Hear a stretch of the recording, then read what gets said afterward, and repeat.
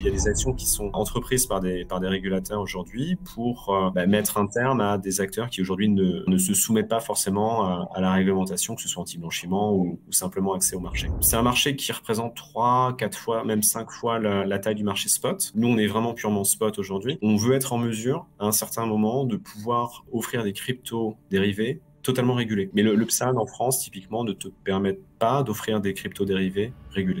C'est trop limitatif. Donc, il faut trouver une alternative. Il y a un vide juridique sur certaines classes d'actifs au niveau crypto. Et nous, vu qu'on a eu vraiment un appétit de risque qui est plutôt proche de zéro, pour les US notamment. Dès qu'on a, je dirais, un petit doute, on va pas être en mesure de lister certains actifs sur la plateforme. Je serais assez intéressé de savoir ce que tu as dans ton portefeuille personnellement, ou même d'avoir un petit peu une vue d'ensemble de tes convictions crypto. Hello à tous l'équipe, j'espère que vous allez bien. Aujourd'hui, on se retrouve pour une nouvelle vidéo, une nouvelle interview. Cette fois-ci, j'ai le plaisir de recevoir Jean-Baptiste. Hello. Hello Léo, hello à tous, et merci pour l'invitation. Bah écoute, c'est un plaisir de te recevoir.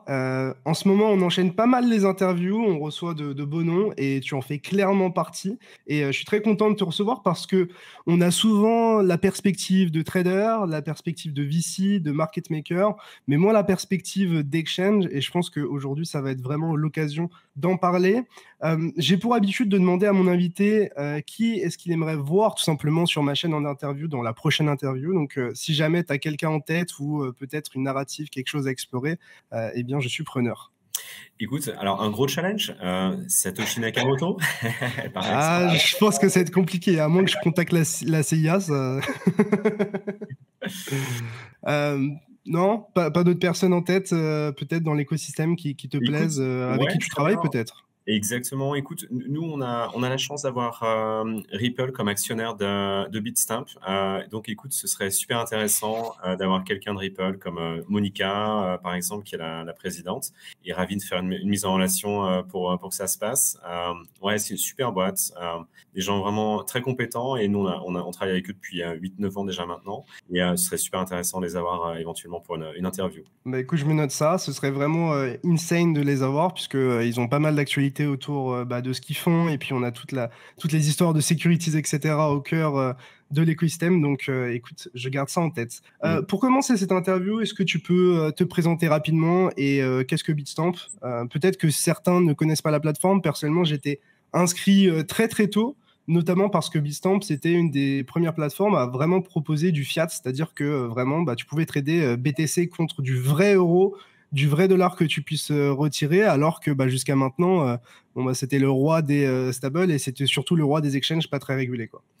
Ouais, effectivement. Écoute, Bitstamp, nous, la société a été créée en 2011, donc ça fait déjà près de 12 ans qu'on est dans l'écosystème crypto.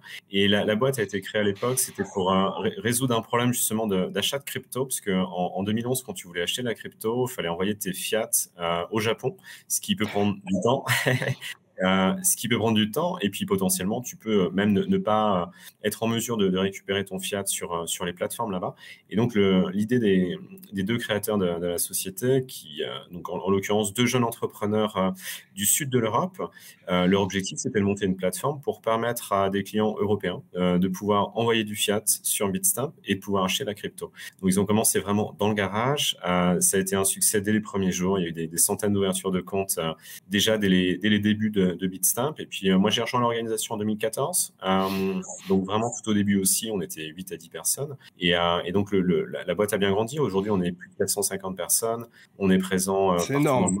Ouais, c'est important. Ouais, tout à fait. Et puis, on est partout présent, donc aux États-Unis, en Europe et puis également en Asie-Pacifique.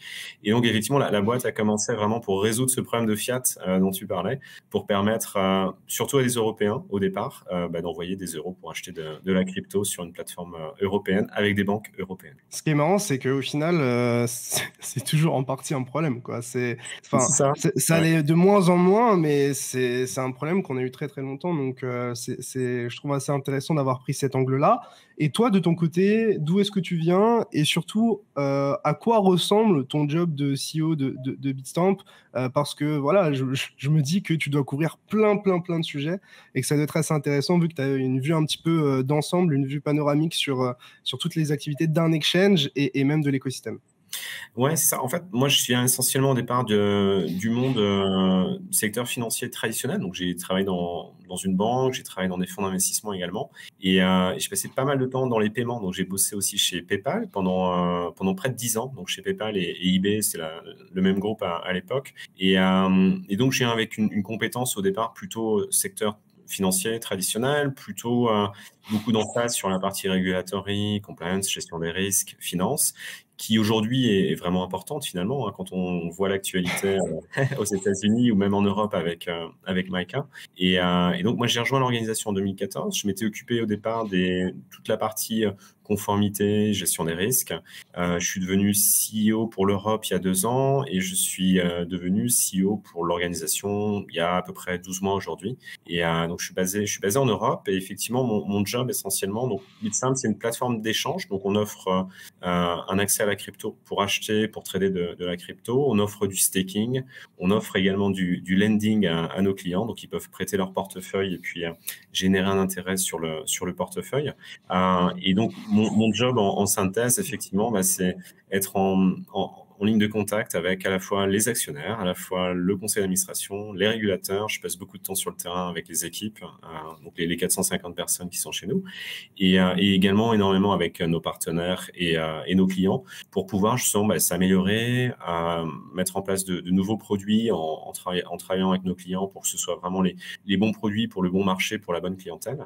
Et donc essentiellement, voilà, ça résume un peu mon job de CEO. Alors on est ouvert du lundi au dimanche, donc mon job est essentiellement du lundi au dimanche, et puis entre Ça doit les être US, fatigant. c'est hyper intense et en même temps super intéressant. Je pense qu'on a je dirais une super belle équipe. Et donc, du coup, effectivement, on n'a pas vraiment le temps de s'ennuyer. Il y a beaucoup d'actualités sur le marché. Et puis, de notre côté, même si c'est le crypto winter aujourd'hui, c'est vrai qu'on est dans une phase de construction avec beaucoup de nouvelles initiatives, des nouvelles licences, des nouveaux produits. Et puis, on prépare le prochain run. Donc, On croise les doigts.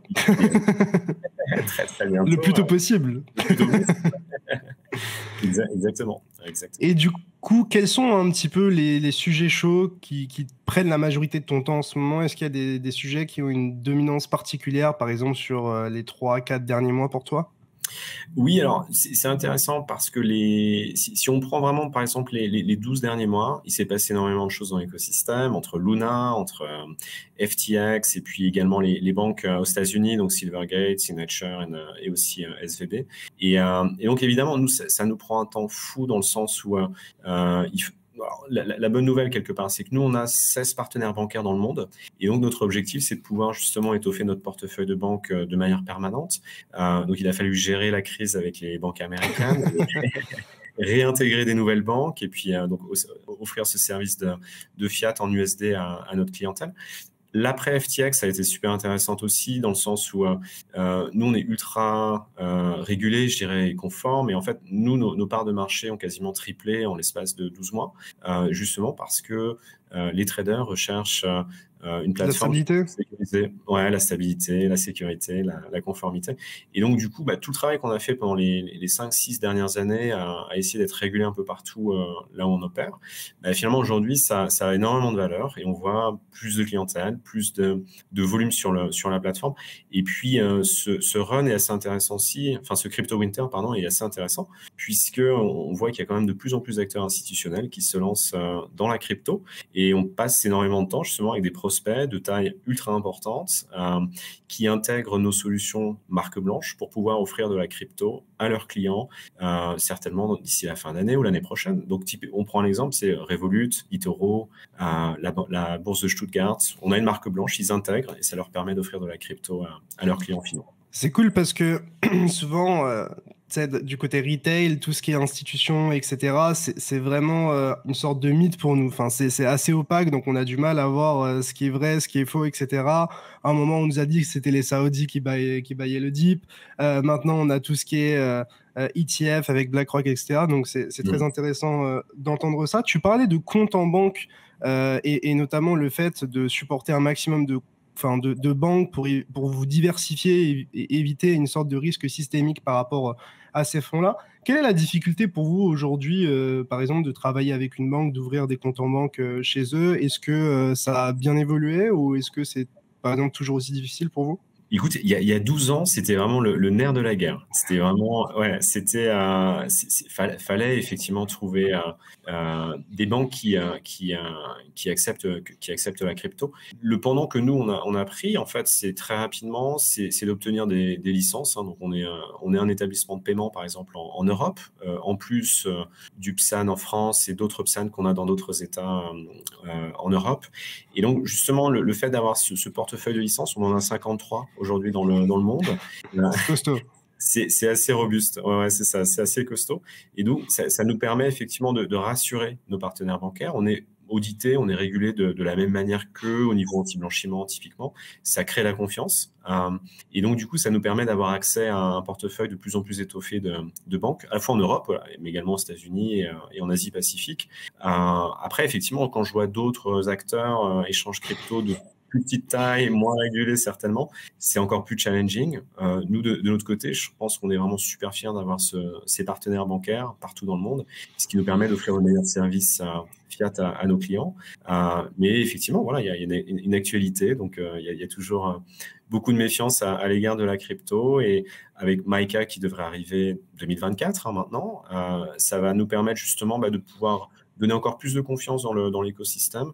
Et puis, plus de confiance, ça veut dire plus d'adoption au niveau des retail, et puis également au niveau des institutionnels. Donc voilà, nous, on attend plutôt Maika avec impatience pour pouvoir élever un peu notre regulatory stance dans l'écosystème, qui aujourd'hui vraiment paye puisqu'on a triplé nos parts de marché. Est-ce que c'est pas un peu frustrant des fois d'être un acteur en face de d'autres acteurs, par exemple, qui jouent pas le même jeu? Je pense à, par exemple, des plateformes asiatiques qui émergent un petit peu à gauche, à droite, qui prennent des parts de marché, qui sont pas forcément très régulées. Comment vous le percevez et quelle est un peu votre vision pour faire face, par exemple, à des exchanges de cette manière? Est-ce que votre objectif, c'est d'être en concurrence directe ou est-ce que vous prenez un angle différent, vous ciblez des gens différents d'une manière?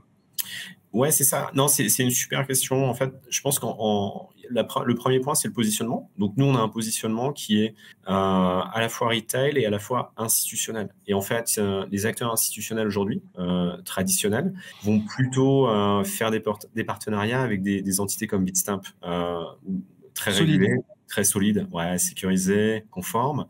Et donc, ces plateformes chinoises, en l'occurrence, ne seront pas en mesure d'offrir un accès à la crypto à ces acteurs institutionnels pour des raisons de réputation, de sécurité, de stabilité. Donc, il y a le positionnement, et nous, on est plutôt positionné comme à la fois retail et à la fois institutionnel. La deuxième chose, c'est que la réglementation évolue et on voit beaucoup d'actions de la SEC aux États-Unis. On a vu Binance notamment cette semaine avec les Pays-Bas et la semaine dernière avec le UK. Le Royaume-Uni. Ouais. Le Royaume-Uni, exactement. Donc effectivement, il y a des actions qui sont entreprises par des régulateurs aujourd'hui pour mettre un terme à des acteurs qui aujourd'hui ne se soumettent pas forcément à la réglementation, que ce soit anti-blanchiment ou simplement accès au marché. Et donc, du coup, ça veut dire quoi? Il y a une redistribution un peu des cartes aujourd'hui dans l'écosystème. Et finalement, les acteurs comme nous, régulés, sécurisés, on tient un petit peu notre épingle du jeu, et donc ça nous permet d'augmenter nos parts de marché. Et puis surtout de multiplier les partenariats avec des acteurs institutionnels qui se lancent dans la crypto. Je suppose que ça doit être un moment assez agréable pour vous, parce que jusqu'à maintenant, vous avez vraiment joué ce jeu, en fait, de respecter les règles de chaque juridiction, de chaque pays, etc.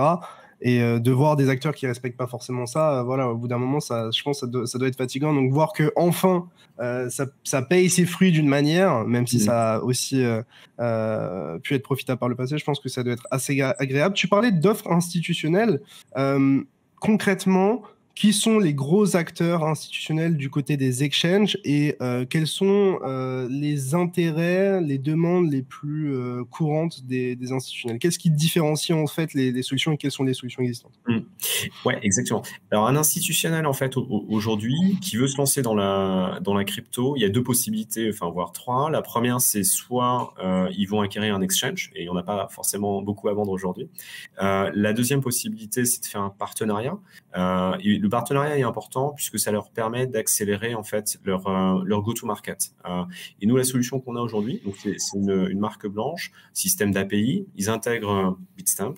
Ils ont accès à toute notre technologie en termes de custody, en termes de liquidité, en termes de matching engine. On travaille avec le Nasdaq pour matcher les ordres entre un vendeur de crypto. C'est plus, voilà, c'est ça, entre un vendeur et un acheteur de crypto. Et donc, du coup, en faisant ça, ça leur permet d'accélérer leur go-to-market. Ils ont un partenaire de confiance, donc en l'occurrence Bitstamp, et ils restent en charge en fait de toute la distribution commerciale, du pricing, du marketing. Ils connaissent leurs clients. On n'a pas d'interaction avec leurs clients. Donc, c'est la solution la plus, je dirais, élégante et facile pour leur permettre justement de faire un premier pas dans le marché de la crypto.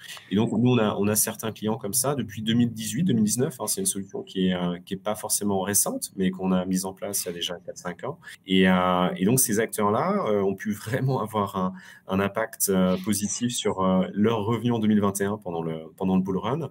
Et là, on voit une deuxième vague d'acteurs institutionnels, justement, qui cherchent ce genre de solution.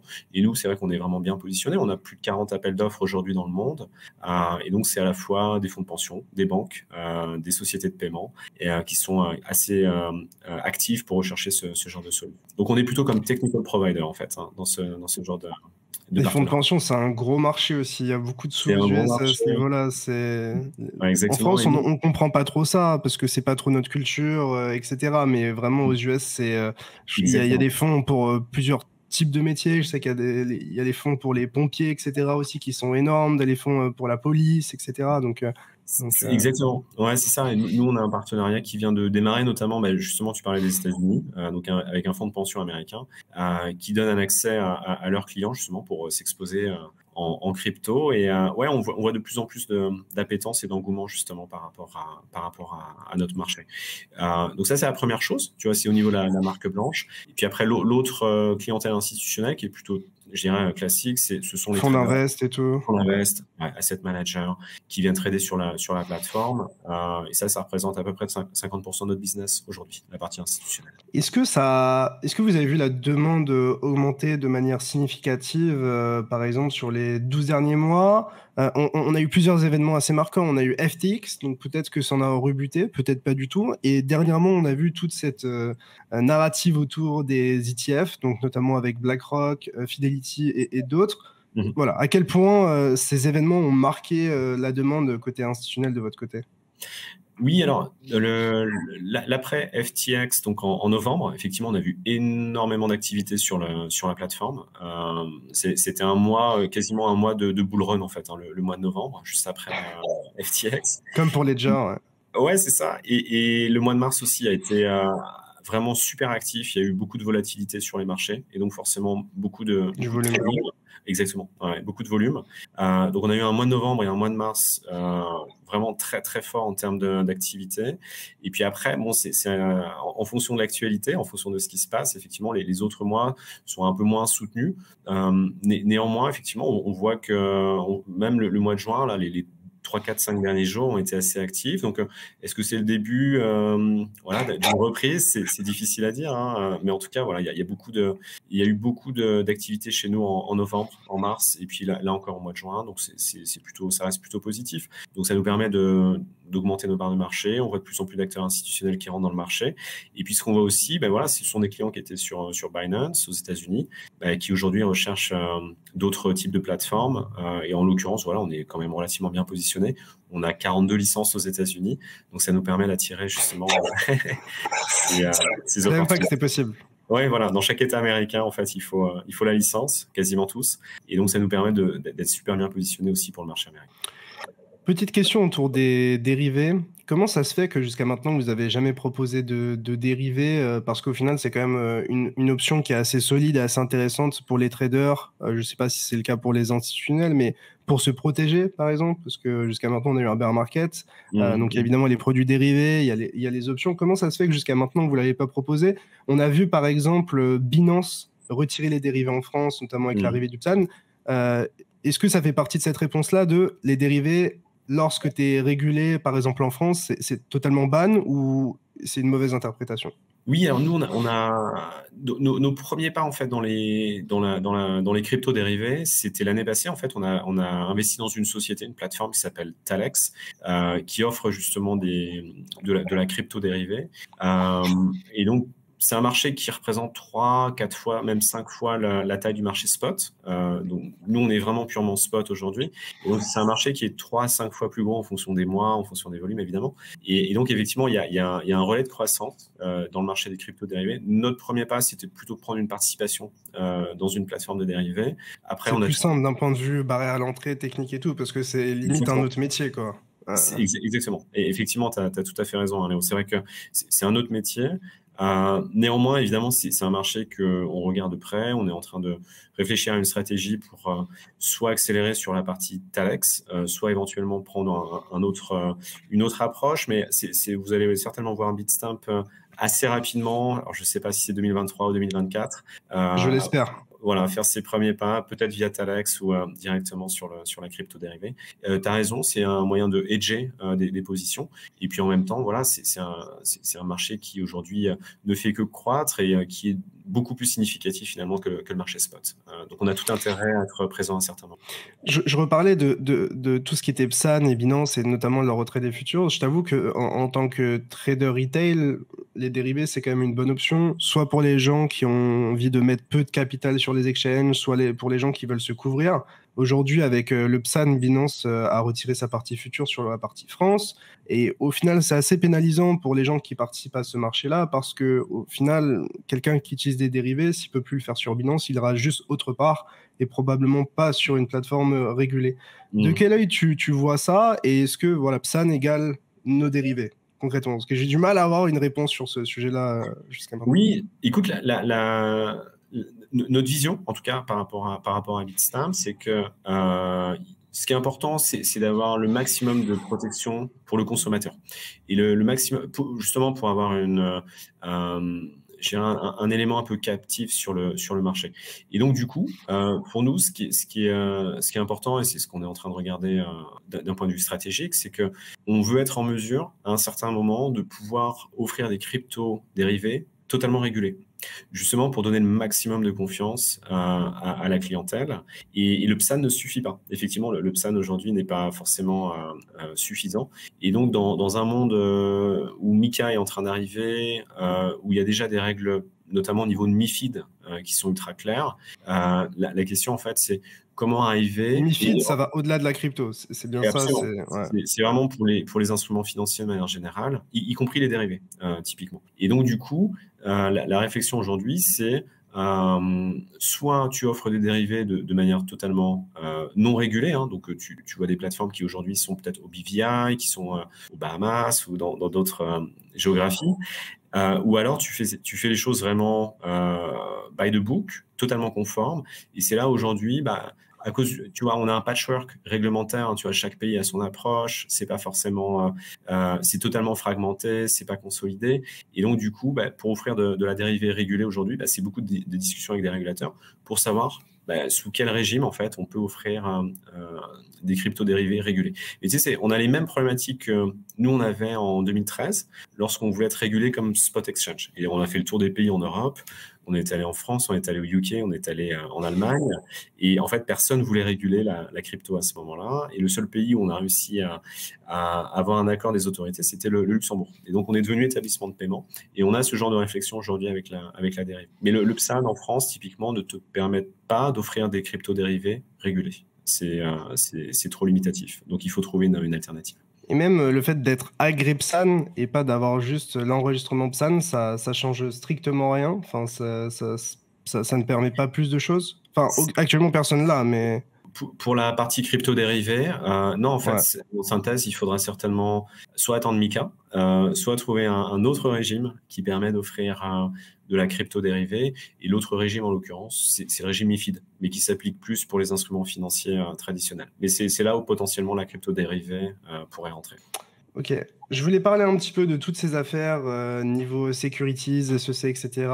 Je sais par expérience que vous avez eu très peu de crypto-monnaies listées sur Bitstamp pendant assez longtemps. Mhm. Quelle est la politique de listing chez Bitstamp? Par quel processus vous passez à ce niveau-là? Et ouais, tout simplement, pourquoi avoir mis si peu d'actifs sur la plateforme jusqu'à maintenant? Mhm. Enfin, je sais que ça a changé, vous avez ajouté pas mal d'altcoins et tout récemment, Ouais, c'est ça. mais ouais. Ouais, ouais, non, t'as raison. Aujourd'hui, on a à peu près 75 actifs sur la plateforme, au niveau global, hein, je veux dire. Par contre, aux US, effectivement, on a beaucoup moins d'actifs. Je crois qu'on en a 20 ou 25 de mémoire. Et pour la raison qu'on connaît aujourd'hui, c'est que il y a un vide juridique, hein, sur certaines classes d'actifs au niveau crypto. Et nous, vu qu'on a eu vraiment un appétit de risque qui est plutôt proche de zéro, pour les US notamment, dès qu'on a, je dirais, un petit doute, on va pas être en mesure de lister certains actifs sur la plateforme, justement pour nous protéger d'un point de vue réglementaire. Et faut voir un truc aussi, c'est qu'une action de la SEC, ça peut te coûter des dizaines et des dizaines de millions de dollars en fait, hein, en termes de frais d'avocat, mais également en termes de settlement. Et donc, pour éviter de se retrouver dans ce genre de situation, comme on l'a vu avec Coinbase ou avec Kraken et puis maintenant Binance, c'est vrai qu'on a très peu d'actifs aux États-Unis. Par contre, on en a beaucoup plus, notamment en Europe, où la réglementation est quand même beaucoup plus claire en fait. Et nous, on a un processus de listing qui est hyper strict, c'est-à-dire qu'on a plus de 400 questions. On va regarder s'il y a un business plan, s'il y a une équipe, s'il y a un audit informatique sur l'actif en question, le track record, l'équipe, justement pour avoir le maximum de diligence et avant de pouvoir lister un actif. Donc, on va retrouver, nous, tu vois, tu prends le top 100 des actifs avec du volume. Voilà, nous, on est essentiellement dans le top 75, top 80 pour justement offrir des actifs où il y a du volume et de la liquidité. Parce qu'en fait, le pire, ce serait de mettre un actif sur la plateforme et puis tu achètes, mais tu peux pas vendre parce qu'il n'y a pas de contrepartie. Donc, on a aussi cette problématique tu vois, de volumétrie de liquidité lorsqu'on liste un actif. Ouais, parce que ouais, si t'as pas si t'as pas la liquidité, derrière tu te retrouves avec du slippage, tu te retrouves avec Exactement. plein de soucis Plein de et des soucis. mèches aberrantes. Donc, Exactement. Ouais, exactement. Et puis donc tes clients ne sont pas satisfaits, vont quitter la plateforme. Donc, ouais, nous, on est plutôt hyper sélectif en fait dans les actifs qui sont listés. comment tu vois la situation se résoudre du côté de la ICC, Binance, Coinbase? Est-ce que tu as des gut feelings, je sais pas, des sensations, des impressions ou même des informations de ton côté à ce niveau-là? Et à quel point aussi ça peut vous impacter de ce côté-là, je suppose. Ouais, c'est ça. En fait, le souci principal, en fait, c'est que la réglementation n'était pas forcément 100% claire, on va dire. Et donc, du coup, on se Pour être retrouve. gentil. Ouais, voilà, exactement. Et on va se retrouver avec justement des actions de CFTC ou de la SEC qui, à terme, et on sait que ça prendra du temps potentiellement, enfin on l'a vu avec Ripple notamment, hein, ça fait déjà plusieurs années, et il n'y a toujours pas d'outcome. Et donc forcément avec ces actions qui sont entreprises par la SEC ou la CFTC, ce qui se passe c'est qu'en fait ça va mener à apporter une certaine clarté au niveau du cadre réglementaire. Et malheureusement, on est obligé de passer par là pour obtenir cette clarté. Alors que l'Europe, c'est vraiment différent. Enfin, tout à l'heure, on parlait c'est un puzzle un peu réglementaire, enfin, entre la France, l'Italie, l'Espagne, les Pays-Bas et d'autres pays européens. Chacun a je dirais, sa vision sur le PSAN ou c'est très local, en fait, aujourd'hui. Et donc, ce qui est super, c'est que Mika est en train d'arriver et ça va permettre de créer ce level playing field. Donc, on aura les mêmes règles pour tout le monde. En plus de ça, tu auras un accès au marché qui sera facilité puisque tu obtiens ta licence MiCA dans un État membre. Puis après, tu peux la passeporter dans l'ensemble de l'Europe. Donc, tu peux opérer dans un pays et puis C'est ensuite, plutôt pratique. c'est quand même super pratique pour l'accès au marché. Et les règles sont quand même beaucoup plus claires que celles qu'on voit aujourd'hui aux États-Unis notamment. Donc, bullish sur l'Europe, Complètement. mais est-ce que par exemple, si en Europe, entre grands guillemets, on fait bien les choses, est-ce que ça va pas pousser les US d'une manière à suivre, ou est-ce que les US, c'est les US, ils font ce qu'ils veulent et ils s'aligneront pas dans tous les cas?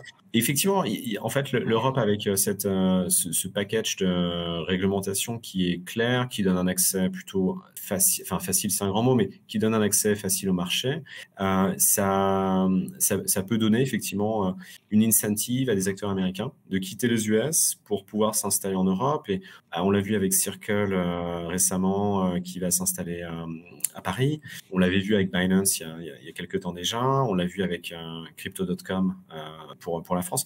Et donc, effectivement, on voit tout un tas d'acteurs aujourd'hui qui sont très bullish sur l'Europe du fait que la réglementation, en fait, est beaucoup plus claire qu'aux États-Unis. Et moi, j'ai pas mal de clients aujourd'hui qui sont un peu dans cette réflexion-là et qui se disent, bon, bah, on est aux US, on va peut-être s'installer en Europe. C'est beaucoup plus clair. Les règles sont beaucoup plus claires. Donc, Je crois que Coinbase a fait un petit coucou. Hello. Voilà. Tu as raison. Et donc, du coup, effectivement, l'Europe peut se positionner comme une des régions vraiment leader crypto. Et puis, il y a l'Asie-Pacifique où il se passe pas mal de choses aussi, entre Singapour et Hong Kong, et le Japon, l'Inde et la Turquie. Donc, il y a des relais de croissance au niveau mondial, et peut-être que les États-Unis sont en train de perdre une opportunité en raison de ce qui se passe aujourd'hui. Donc là, actuellement, on est dans un crypto winter, comme tu dis. Comment on vit un bear market en tant qu'exchange? Est-ce qu'on est obligé de réduire la voilure, licencier des gens, ou je sais pas, changer de modèle, ou à quel point vous avez subi ce bear market et qu'est-ce que ça veut dire en général pour un exchange, un bear market concrètement?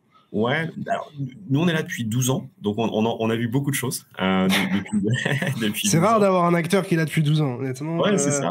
Ouais. Soit tu te prends la SEC, soit tu fais faillite. T'as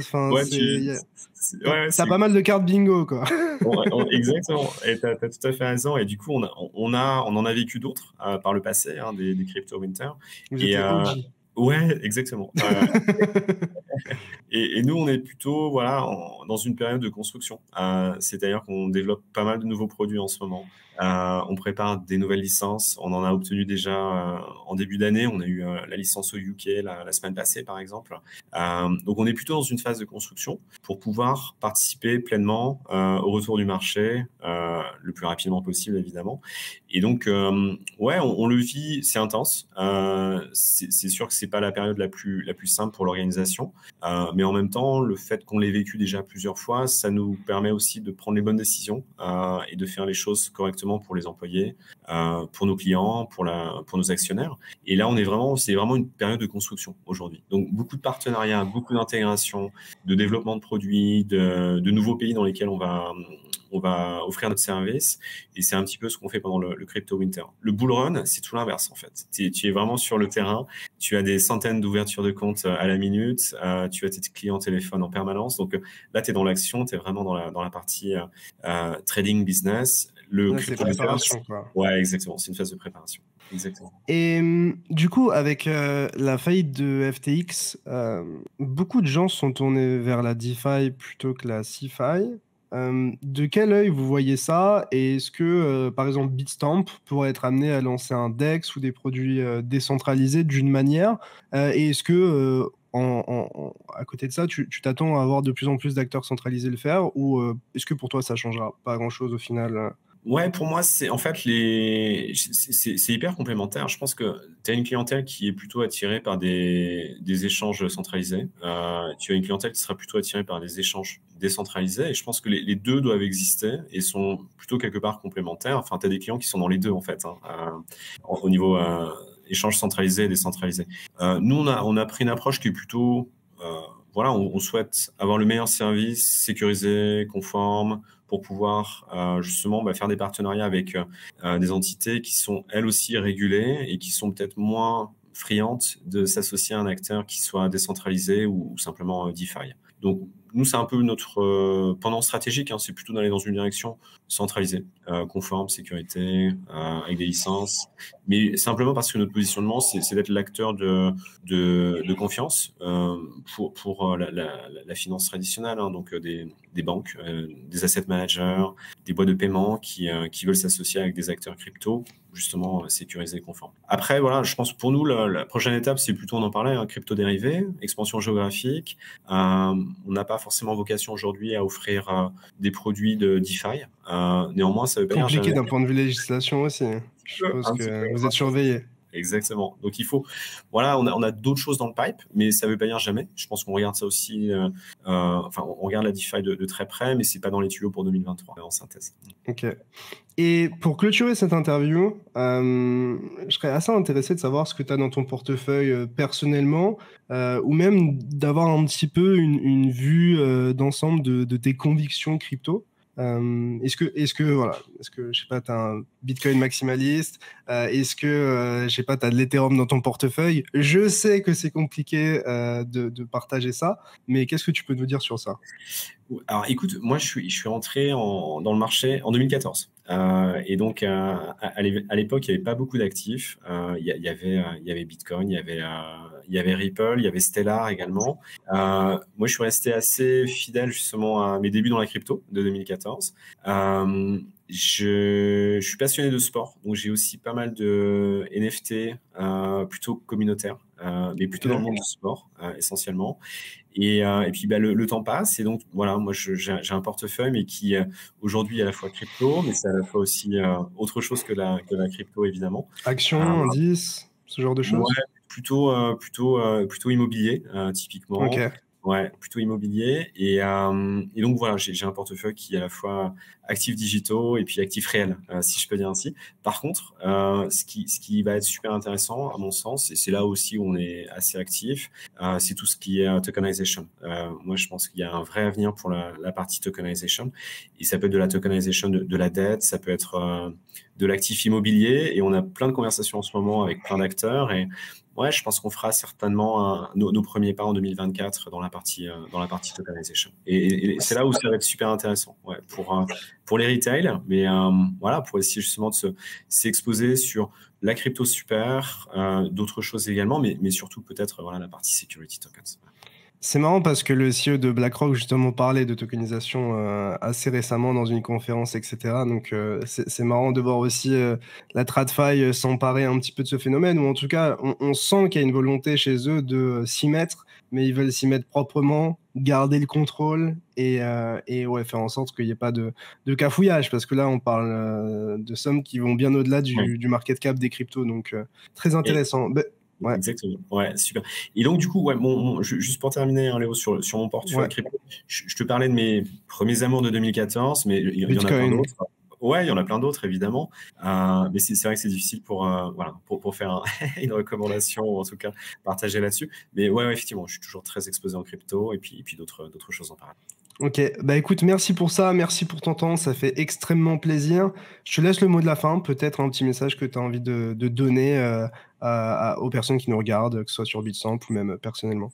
Ouais, écoute, déjà un tout grand merci pour l'invitation. Moi, j'ai juste peut-être une petite incentive pour les auditeurs qui ne connaissent pas forcément Bitstamp ou qui veulent faire leur premier pas dans la crypto. Nous, on offre aujourd'hui l'ouverture du compte et pas de frais de trading jusqu'à 1 000 € par mois. Donc, s'il y a des auditeurs qui sont intéressés pour faire leur premier pas dans la crypto, on peut ouvrir un compte Bitstamp, c'est super rapide. On peut faire ses premiers achats en crypto, c'est gratuit. Et également, on a ce qu'on appelle un Learn Center, donc tout un tas de contenus qui permet justement de pouvoir s'éduquer sur la crypto, sur les NFT, sur certains actifs, pour pouvoir prendre en fait des décisions informées sur son portefeuille. Donc, j'invite tout à chacun à ouvrir un compte sur Bitstamp.